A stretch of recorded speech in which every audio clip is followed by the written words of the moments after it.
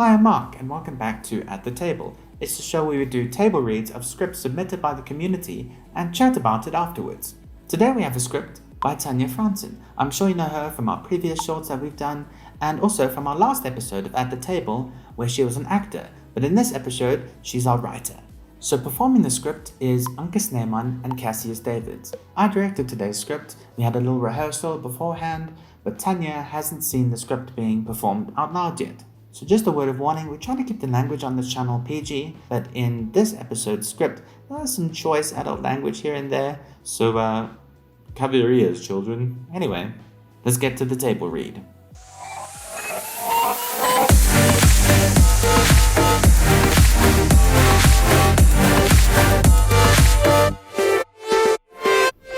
Fade in, interior living room, middle class suburban home, morning. Miriam, 28, walks into the living room. Dan, 27, is sitting on the couch, on his phone, clearly disinterested in what is going on around him. Did you seriously think that this would be the absolute best way to tell me? Well, honestly, I didn't put that much thought into it.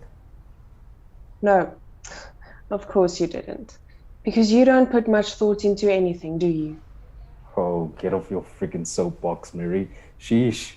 It's not like it makes a massive difference anyway. It's not like she was a great... Don't you dare say it.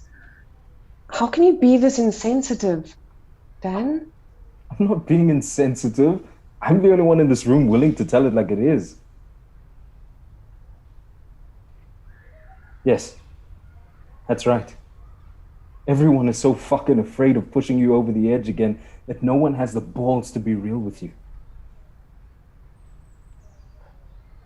What do you mean? Well, after what happened last year, everyone has been tiptoeing around you. There's so much stuff going on that you have no idea about because we don't actually have the guts to tell you. Like what, Dan? Just come out and say it. Well, for example, Jeffrey was sleeping with that waitress for at least a year before he left you. Everyone knew and couldn't tell you because what if you went off the rails again? Papa died 6 months ago. Dad had to have her put down because she was in renal failure. Lerato lost her job at the firm after that little scene you made there. And she's been struggling to find another job. You want me to go on?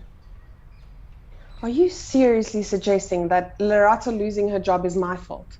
It was your fault, Miriam.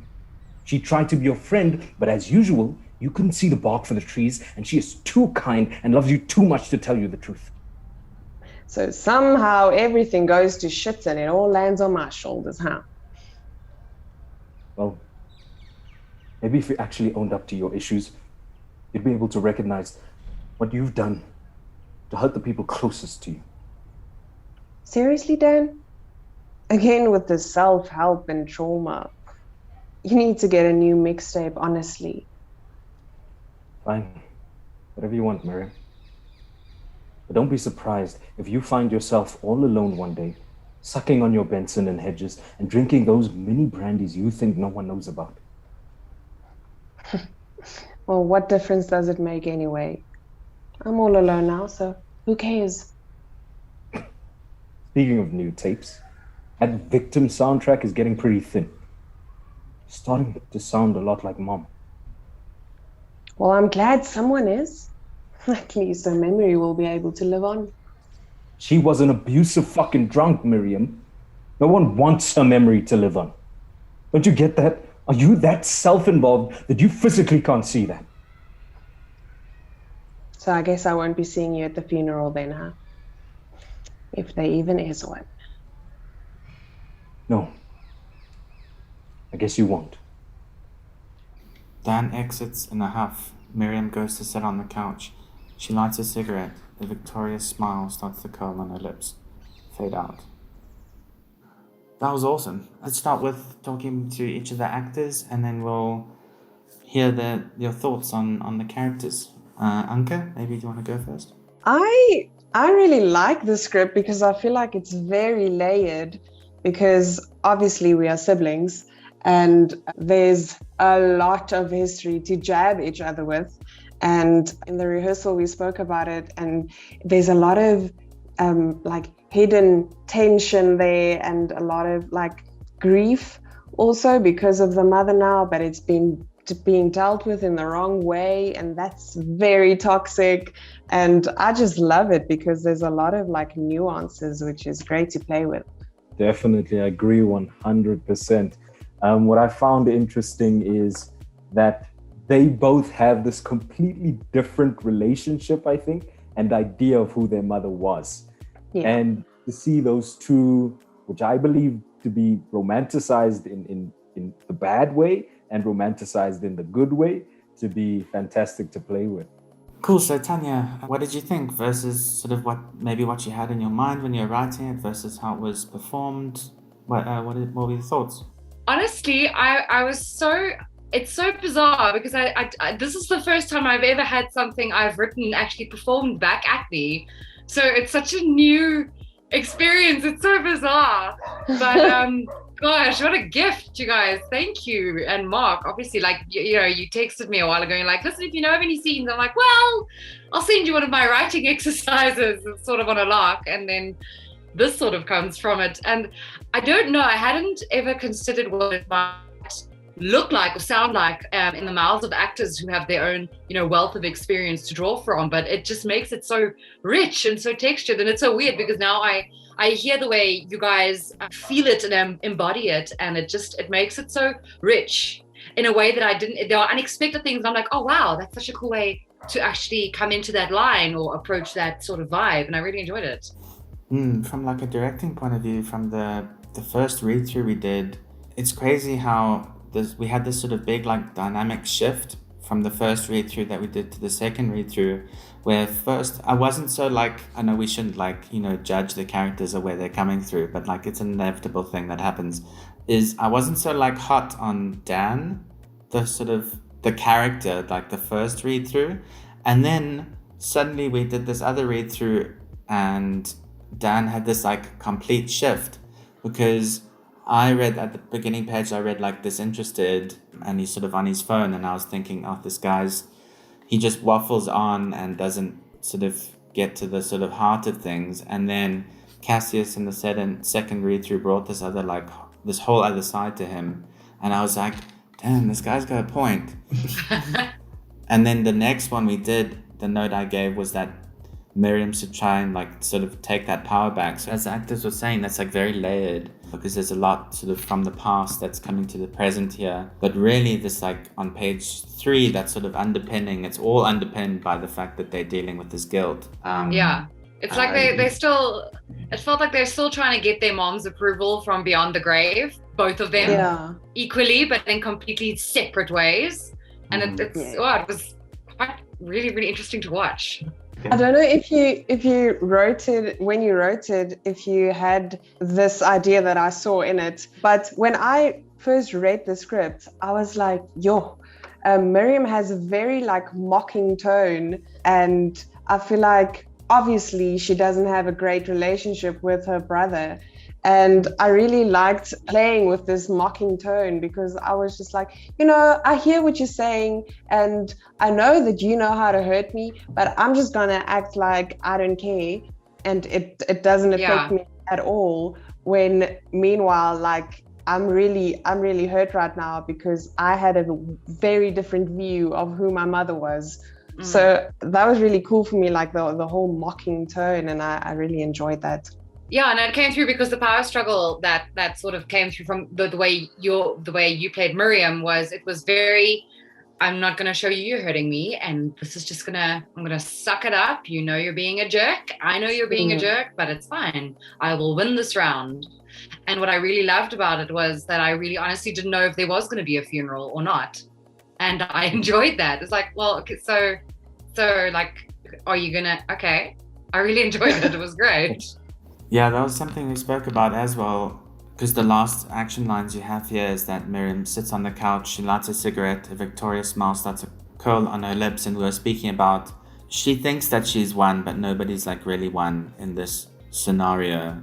And it's definitely, the whole scene feels like a lot of like digging to like open the wound, and then they just like leave it and walk away, and they're like, sweet, we both won. and it's over. We don't have to deal with this shit again, because it also feels like dealing with like the death of a parent is just too much. That there's you can't just like keep on arguing about it, for ages. So I was thinking it'll be I want to see like where it goes. I want to see like the funeral and like who shows up and who doesn't show up, or the one coming to the other person's house because the other one didn't show up. I think in like a different version of the script, like where the camera like follows Dan now, it would say that he has a victorious smile because he think he won. So I feel like that's like Mark said, very interesting, because no one actually won, but they both feel like they did, because they don't actually know how to deal with this thing that just happened. In the dialogue, these two characters speak in different ways. So it's always great to see that in the writing, the words the writer chooses, the character has a sort of personality. With Dan, the things he says hurt, and he meant for them to hurt, but I started feeling like there's a fear underneath it, that there is a love, but he also needs to win in this particular fight. And I noticed that you used well at the beginning of a lot of his speeches, and it started feeling like he was bracing himself for kind of breaking his sister's heart. So every time he would say, well, inhale, punch. Okay? Yeah. That's really interesting, because like that's sort of the big thing for me was like the way in which people use avoidance, and they avoid what they're dealing with, but they're dealing with grief, but in avoiding the actual grief and just tearing down what little is left around them. And that's really interesting that you say it came across to you like he's bracing himself, because that would be such a natural internalized response for the character, for him to be like, well, shucks, this sucks, I'm still mad at my mom, but I'm just gonna, you know what? Nah. So yeah, that's a really, really cool observation. I didn't even know that. It was not conscious. And another point that we're talking about just in the rehearsal was, and it speaks on the way the two different characters speak, is that whenever I see a character use a lot of words, that's where we're starting to feel a lot of the fear coming through in sort of underneath the writing. It's just like the amount of words you use starts to hint at some sort of like insecurity. But yeah, it's really nice to see on the page, and it's really difficult to get across idiosyncrasies in terms of manners of speech. I think that's like a difficult thing to get across. So does anyone have any sort of critique, advice, tips, helpful things or words? For me, maybe it's not a critique for the writer, but something the actor has to consider, because there is repetition. You kind of risk repeating the same beat in your head, or repeating the same kind of, playing the same emotion. So if there's a way we can find another kind of way to say that, then that's always great, because there feels like there's progression, even though the words are being repeated.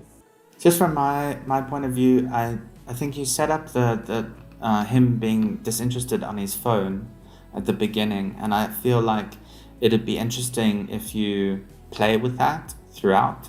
When he decides to go back to his phone for a beat versus when he's now full focus on Miriam, or you could even have lines where he's directing it directly to his phone, like what does that say, versus speaking directly to her versus what does no phone say, you know what I mean? And like using that at the beginning and then throughout could show that sort of change or development, because there is this sort of potential that you could, that's say this, you're just the writer and then you're handing it off to actors and you'll never see it again to another director. I think you sort of run the risk a little bit of them potentially just playing it 100% from the beginning till the end, versus if you sort of use a little things like that, or perhaps more action lines to perhaps break it up a bit more and then sort of show visually the sort of shift in their behavior, you know what I mean? Because I always feel like if there's more restrictions given, that there's more creativity that can happen within the delivery of the line then as to what their behavior is doing and how the two interact with one another. Yeah, that was just my feeling. Otherwise, it's great. I love people arguing. You know how much I love people arguing, Tanya. I know, that's why I'm on set with you so often. I love watching you argue with people. Oh no, not me. I meant like characters in scripts, especially with like that have like lots of past and like a lots of history, always. I just have a quick comment on the way we did it, like over Zoom now. I feel like this was interesting to try and do it over Zoom while reading over here and like not playing, and then trying to play and seeing yourself, but also weirdly seeing myself, and you know, this whole thing happening, and it was quite interesting. And I feel like it would be nice to see it like done for realsies, like live together, because that's when it will come alive, I think. Because if you thought that this was like a nice thing to see your script come alive now, I feel like it would be great to see it like for real in live, in a live space, with some camera angles and some direction and stuff. And that some would be lighting really and cool. some music. Yeah. That's a dream. We do want to obviously take the show and then like do it in like in person, but obviously the whole pandemic thing. But I mean, I want to see this turned into a short. Tanya? Okay, I'll start working on. Now that I know that like the world is not going to end when other actors read your words, I'll be okay. So I'll turn it into a short. Do it. Please, I need some work, so please write something. We'll definitely do it, guys. We've already got the cast, so yeah. Yes. Yay! Cast and directing is done. Awesome, guys. So that was I think that's a great place to leave it off. Where can we find you online? Do you have anything you wanna give a plug? I do have Instagram though, so you can follow me if you would like to. It's Snyman.103. That would be me. A whole face staring back at you. Awesome. I'm on Instagram too. I'm Cassius Davids on Instagram and Facebook. If you want to see what I do and you like corny jokes, follow me. I'm there. Yes. Thanks for being so available for last minute, Cassius. You were literally so last minute. But thank you for being available. Thanks so much. This was so much fun. Thank you for writing. Thank you for directing, and thank you for playing with me. This was great. Thanks so much for joining us for the third episode of At the Table. Please don't forget to very gently destroy that like button.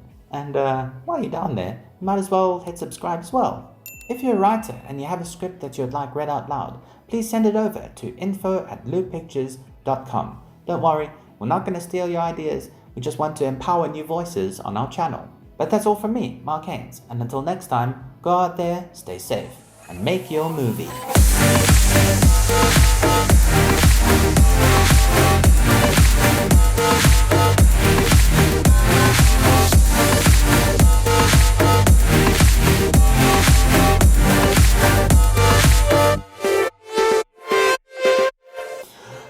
And scene.